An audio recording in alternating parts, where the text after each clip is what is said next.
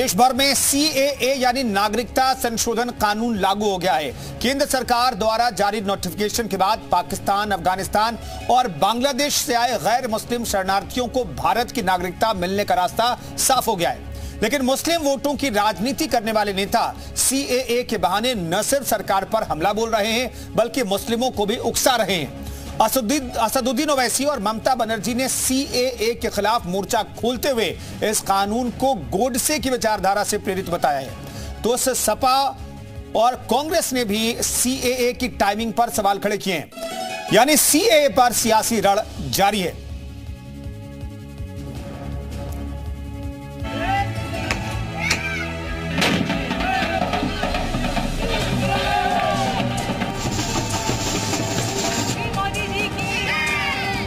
शरणार्थी आएंगे जो वहां की प्रताड़ना झेल कर आएंगे, उसको हम नागरिकता देंगे।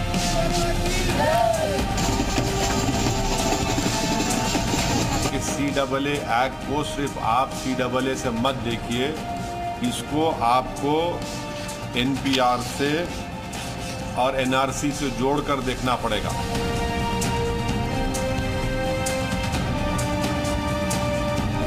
বিজেপির খেলা হচ্ছে হিন্দুতে হিন্দুতে ভাগ করে দেওয়া, মুসলিমে মুসলিমে ভাগ করে দেওয়া।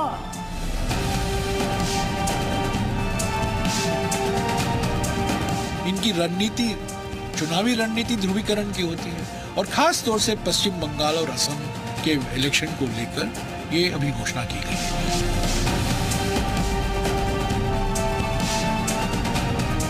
डराने का क्या काम है? यहाँ तो सबका साथ, सबका विकास, सबका विश्वास, सबका प्रयास।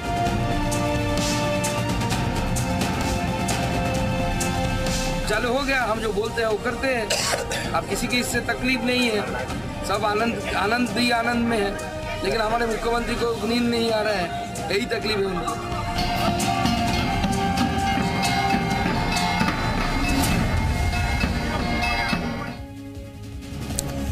तो सीएए पूरे देश में लागू कर दिया गया। कल इसका नोटिफिकेशन केंद्रीय गृह मंत्रालय ने जारी किया, लेकिन इस पर धर्म युद्ध शुरू हो गया है। तमाम सहयोगी हमारे साथ जुड़ रहे हैं और सहयोगियों के साथ जनता मौजूद है। तो जनता क्या सोचती है ये हम जानने की कोशिश करेंगे। मनीष गुप्ता हमारे साथ आगरा से जुड़ रहे हैं। तो मनीष बताएंगे कि आगरा के लोग क्या सोचते हैं। मनीष, आगरा के लोग क्या कह रहे हैं? उन्हें क्या लग रहा है कि सीएए पर जो सियासत हो रही है वो किस तौर पर देख रहे हैं वहां के लोग? देखिए, आगरा के जो लोग हैं उनका बड़ा कहना यह है कि सीए को देखो ना, इंतजार किया जाता था, जारी करके एक तरह से अपनी जो बात थी हमारे कि सीए को क्या कहना है, क्या लगता है आपको सीए को लेकर? एक अच्छा कानून है और देश का भी लागू हुआ है और 2014 के बाद से जितने भी लोग जो है तो गैर मुल्कों से आके भारत में आया उनको नागरिकता देने का कानून है। लोगों को कुछ घबराना नहीं चाहिए और अच्छा कानून है। लोगों को भारत जो है बहुत सेकुलर कंट्री है और इससे घबराने की और चिंता करने की बात नहीं है। सब लोगों को शांति बनाए रखना चाहिए और मेरे ख्याल से जितने भी जो लोग हैं जिनको नागरिकता नहीं मिली है और सरकारी सुविधाओं से वंचित रह गए हैं उनको सारी सुविधाएं मिलेंगी और किसी भी तरह की उल्टी सीधी घटना नहीं करनी चाहिए और भ्रम नहीं फैलाना चाहिए। अच्छा कानून बहुत बढ़िया कानून है, ये बहुत पहले आ जाना चाहिए था। मोदी सरकार ने बहुत अच्छा किया है कि इसकी वजह से कानून लागू होना चाहिए था। जिन लोगों को नागरिकता नहीं मिली है उनको नागरिकता मिलनी चाहिए और ये उनका अधिकार है। क्या आपको क्या लगता है इसलिए बहुत बढ़िया बेनिफिट मिल रहा है, जो हो रहा है वो बढ़िया है। तो देखिए, आगरा से जो कहा जा रहा है कि सीए को लेकर काफी उत्साहित लोग इस बात को लेकर कि आगरा के अंदर जो लोगों के सामने देखिए। बिल्कुल। तो विवेक त्रिपाठी हमारे साथ लखनऊ जुड़ गए हैं। विवेक का रुख कर लेते हैं। विवेक, लखनऊ के लोग क्या किस तौर पर इसे देख रहे हैं? लखनऊ के लोगों को क्या लग रहा है कि क्या टाइमिंग पर जो सवाल खड़े किए जा रहे हैं वो टाइमिंग पर सवाल खड़े करने वाले लोगों पर सवाल पूछ रहे हैं लोग, या फिर वाकई लोगों को लगता है कि सीएए देश की जरूरत है और खासतौर पर शरणार्थियों की जरूरत है जो लंबे अरसे से भारत में रह रहे हैं बिना किसी बेसिक अधिकार के? देखिए कुंदन, सबसे खास बात यह है कि लखनऊ में सिंधी समाज के लोग बहुतायत में हैं और सिंधी कॉलोनी भी बनी है, तमाम आश्रम बने हैं, मंदिर मठ बने हैं और सिंधी समाज के कई ऐसे भी हैं जिनको अभी तक नागरिकता नहीं मिली है। आज़ादी के समय जो उस समय छोड़कर आए थे, अलग अलग सिंध प्रांत से आए थे और यहाँ पर बस गए, उसमें से तमाम ऐसे लोग हैं जिनको आज भी नागरिकता नहीं मिली है। लेकिन सिंधी समाज के लोग लगातार ये प्रयास कर रहे हैं और सीए लागू होने के बाद से उनकी उम्मीदें और बढ़ गई हैं। हमारे साथ बहुत सारे लोग हैं। सर, क्या नाम है आपका? मैं सतीश अडवाणी हूँ। सीए लागू हो गया है, कितनी उम्मीदें सिंधी समाज के लिए और बढ़ गई? बड़ा हर्ष का विषय है। आज हम भारत सरकार के माननीय अमित शाह जी को और भारत सरकार के हमारे प्रधानमंत्री नरेंद्र मोदी को बहुत तहे दिल से हम लोग अभिनंदन करते हैं। सिंधी समाज में इतनी हर्ष की लहर है क्योंकि वहाँ पे पाकिस्तान में हमारे कई साथी हमारे जो पहले बस से रह चुके हैं, उनकी वजह से हम लोग को बड़ी परेशानी हो रही थी नागरिकता नहीं मिलने की वजह से। आज उन्होंने सीए लागू करने से हमारा समाज एकजुट होकर भारत में अपना एक साम्राज्य खड़ा कर सकेगा, जिससे कि हम भारतीय जनता पार्टी को और माननीय नरेंद्र मोदी को हम जो उनका जो सोचा है, जो उन्होंने एक अपना राज्य बनाने के लिए, उनके लिए हम तहे दिल से आभार व्यक्त करते हैं। बड़ा हर्ष का विषय है। हम बिल्कुल इससे पूरे समाज के लोग बड़ा अपने आप को ऐसा महसूस नहीं कर रहे। आज मिठाई भी बटी है, आप क्या कहेंगे? सिंधी समाज के लिए कितनी बड़ी उपलब्धि है? जो लोग वंचित हैं अभी तक नागरिकता से, उनको अब नागरिकता मिलने में बड़ी आसानी हो जाएगी। बहुत खुशी हुई, बहुत अच्छा हुआ। लेकिन हमको भी जो है अभी 14 साल हो गए, आज तक हमको जो है ना LTV मिली है, ना नागरिकता अपनी जगह पे आज तक।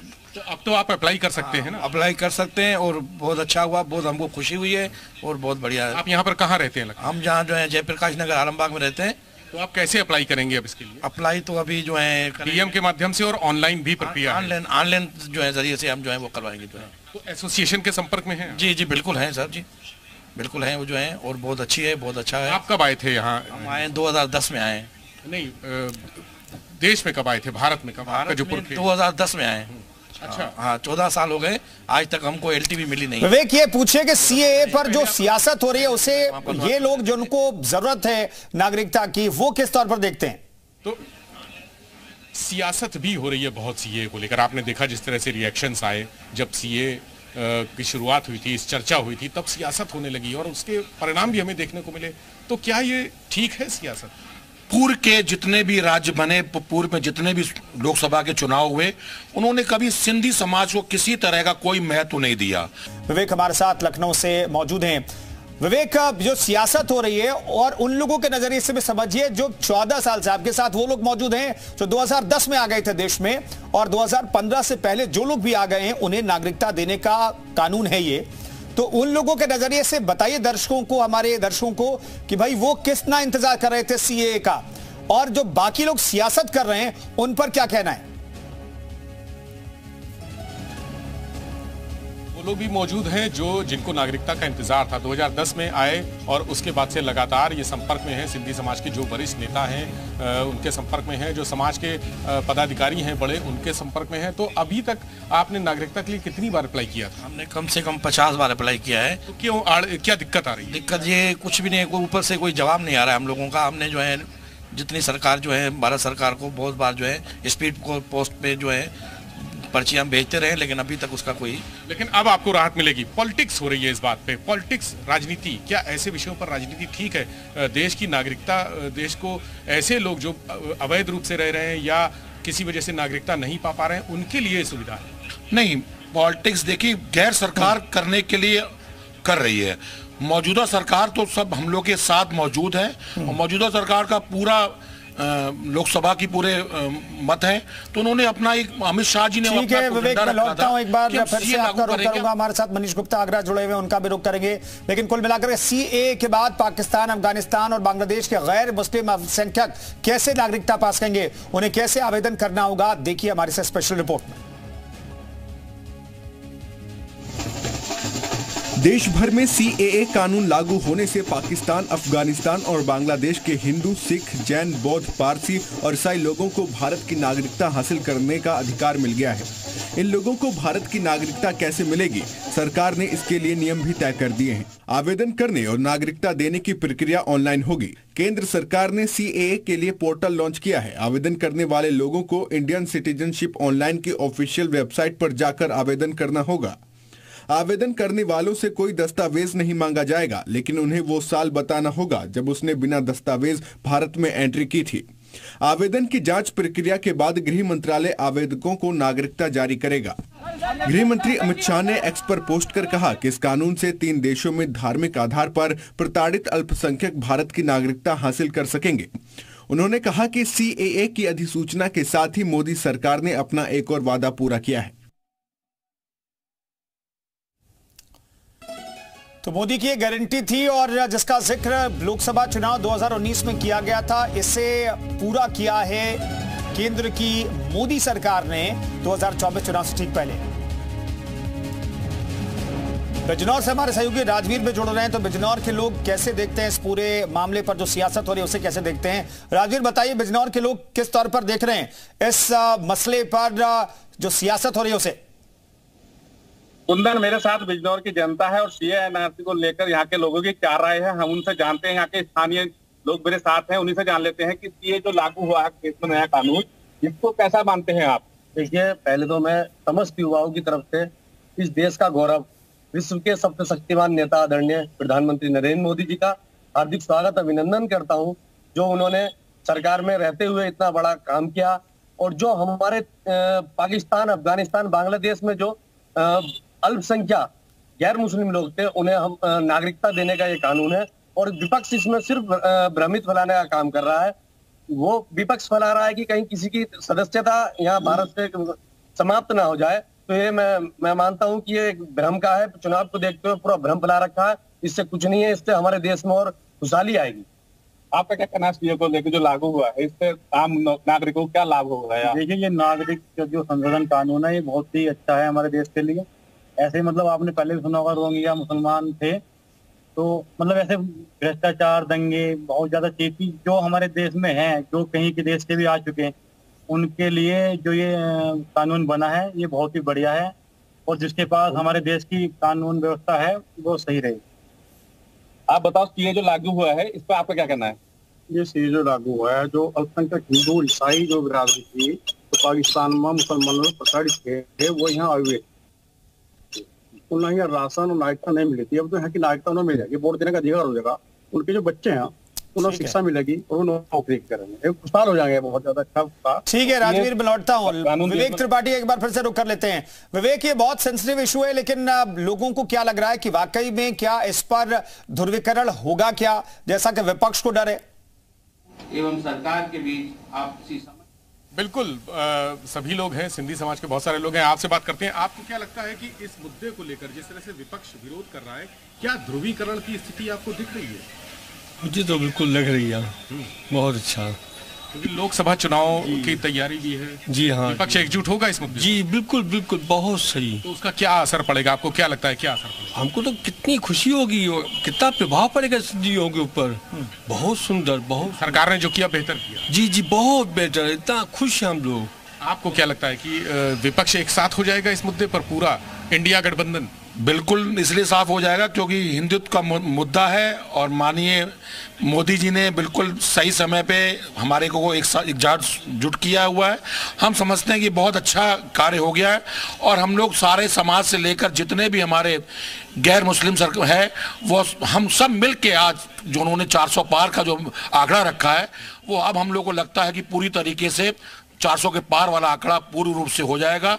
हम बिल्कुल सारा समाज, सिंधी समाज, बौद्ध धर्म, ईसाई धर्म, जितने भी धर्म हैं वो हम लोग से बहुत खुश हैं। गैर मुस्लिम समुदाय इस चीज़ से बड़ा नाखुश है। हम उस चीज़ को नहीं कह सकते क्योंकि उनको अपना एक भ्रम है कि कहीं मैं देश निकाला ना हो जाऊंगा। ऐसा कोई प्रावधान नहीं है क्योंकि जो इंडिया में आ चुके हैं वो यहीं रहेंगे और वहाँ पे लोग जो पाकिस्तान में मुस्लिम वो वहीं रहेंगे और वहाँ से पनाह करें। इंडिया में जो आ चुके हैं, लेकिन इंडिया गठबंधन की अगर हम बात करें, जो इंडिया में इस समय इंडिया गठबंधन, वो क्या इससे खुश है? बहुत खुश है सर, बहुत अच्छा। वो भी खुश है, कांग्रेस सपा सब खुश है, सब खुश है सब। वो उनको थोड़ा तकलीफ हो रही है उन लोगों को। ठीक है विपक्ष। ठीक है विवेक, मैं लौटता हूँ। आगरा से हमारे साथ मनीष गुप्ता भी मौजूद हैं। मनीष, क्या लगता है आगरा के जो लोग मौजूद हैं उन्हें क्या लगता है कि इस पूरे मामले पर ये मास्टर स्ट्रोक है क्या प्रधानमंत्री नरेंद्र मोदी का, केंद्र सरकार का? जी बिल्कुल, उनसे पूछ ही लेते हैं कि आपको क्या लगता है ये जो प्रधानमंत्री का मास्टर इसको कहा जाएगा इसको? कि हाँ, ये चुनाव से पहले इस तरह के कानून आना और मेरे ख्याल से कि इस मास्टर रूप से और पूरी जो भारत देश की जनता है 2024 में उसको 400 पार ले जाए। ये कुछ मुस्लिम जो नेता है वो बयानबाजी कर रहे हैं, वो गलत सियासत करते हैं, उनको ऐसी राजनीति नहीं करनी चाहिए। इसलिए ये बहुत अच्छा कानून है। ये लोग बरगला रहे हैं दूसरे लोगों को, जो बहुत गंदी सोच है इनकी, क्योंकि इनको नहीं उकसाना चाहिए। भारतीय जनता पार्टी ने, योगी जी ने, मोदी जी ने इतना अच्छा काम किया है, इसे स्वीकार करना चाहिए। ये हमारे देश में बहुत अच्छा कानून लागू हुआ है, लेकिन लोगों को मानसिकता खराब है। इसकी वजह से लोग गलत लोगों के बहकावे में आकर के गलत बयानबाजी कर रहे हैं, भड़काऊ भाषण दे रहे हैं, जो कि उन्हें नहीं करना चाहिए। आपको क्या लगता है इससे सीए जो लागू हुआ है, क्या लगता है आपको? सही बात है, सीए लागू होने के बाद बहुत बढ़िया बात मोदी सरकार कर रही है, उसके मुकाबले कोई नहीं कर सकती। ठीक है, राजवीर हमारे साथ मौजूद है बिजनौर से। राजवीर का रुख कर लेते हैं जल्दी से। राजवीर बताइए कि विपक्ष भ्रमित क्यों कर रहा है, जब प्रधानमंत्री कह चुके हैं कि भैया नागरिकता देने वाला कानून है, लेने वाला नहीं है, लेकिन विपक्ष बार बार कहता है कि इससे नागरिकता ले लेंगे। आखिर क्यों विपक्ष भड़का रहा है लोगों को और एक खास समुदाय को? बिल्कुल कुंदन, आपकी बात सही है। इस मामले में विपक्ष राजनीति कर रहा है।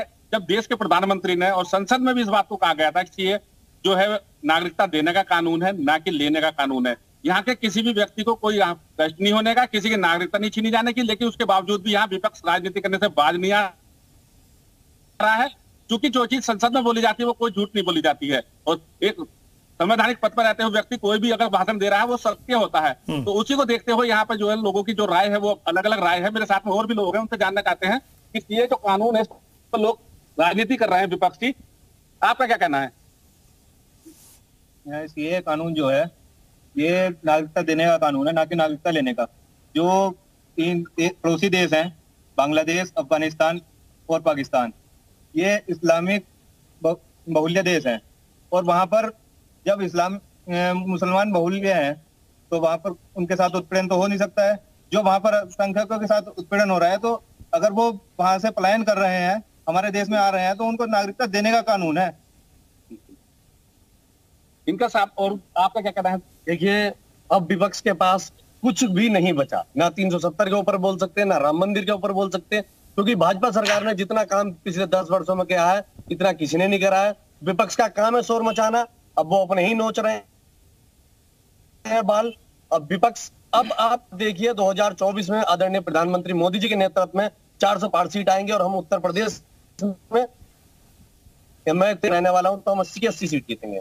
आपका क्या कहना है सीए को लेकर? ये मुद्दा कांग्रेस का था, पर कांग्रेस की वोटों की राजनीति चक्कर में पेश नहीं कर सके। ये राजनीति जो है बीजेपी लाई है। नहीं, सीए से किसी को कोई नुकसान नागरिकता किसी की नहीं जाने की, नागरिकता देने का अधिकार जाना है किसका नहीं। आपका क्या कहना है?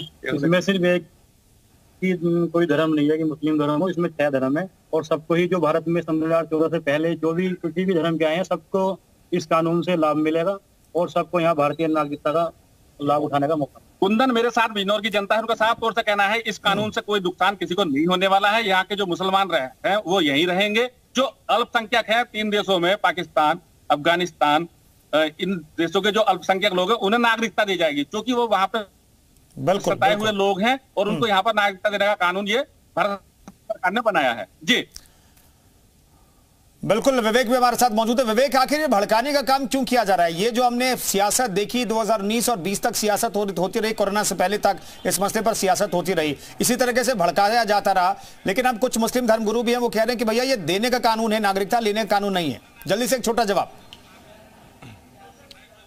देखिए कुंदन, सबसे खास बात यह है जो भ्रम की स्थिति थी, क्योंकि बहुत सारे लोगों को कानून की जानकारी नहीं थी, जो बना था उसकी जानकारी नहीं थी, लेकिन जब ठीक है, बहुत बहुत धन्यवाद विवेक और तमाम सहयोगियों का बहुत बहुत शुक्रिया इस खबर पर बातचीत करने के लिए, लोगों की राय